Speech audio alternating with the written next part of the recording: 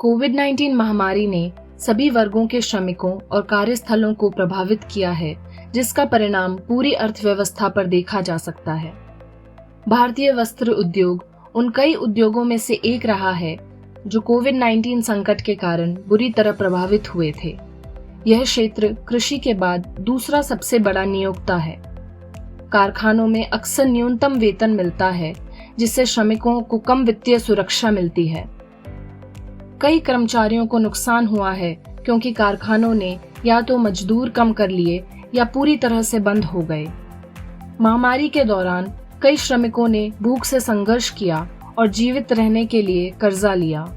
इस कार्यबल का एक बड़ा हिस्सा महिलाएं हैं, जिनमें कई प्रवासी भी शामिल हैं, जो अपनी आजीविका के लिए इन्हीं उद्योगों पर निर्भर थे। वे अपनी आय में इतनी जल्द शायद ही कोई व्यवधान का सामना कर सकते हैं, जैसा कि अप्रैल 2020 के दौरान उन्हें देखना पड़ा था, जब कारखाने अस्थायी रूप से महामारी के कारण बंद हो गए थे और कई श्रमिकों ने अपनी आजीविका खो दी थी। इसलिए यह महत्वपूर्ण है कि अब जब देश ठीक होने के रास्ते पर है और कार्यस्थल धीरे धीरे खुल रहे हैं, इन जगहों पर कोविड-19 से संबंधित दिए गए दिशा निर्देशों का पालन हो और श्रमिकों को काम करने का सुरक्षित और स्वस्थ वातावरण मिले।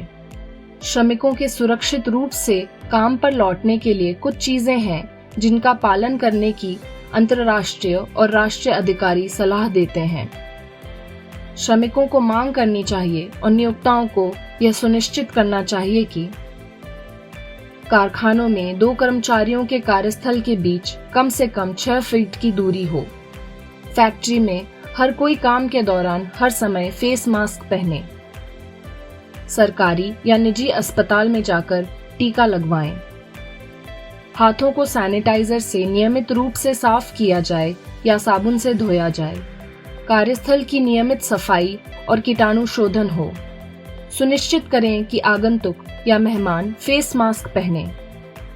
कार्यस्थल में हुए कोविड-19 संक्रमणों की रिपोर्ट करी जाए। कार्यस्थलों में प्राकृतिक वायु संचार सुनिश्चित करें।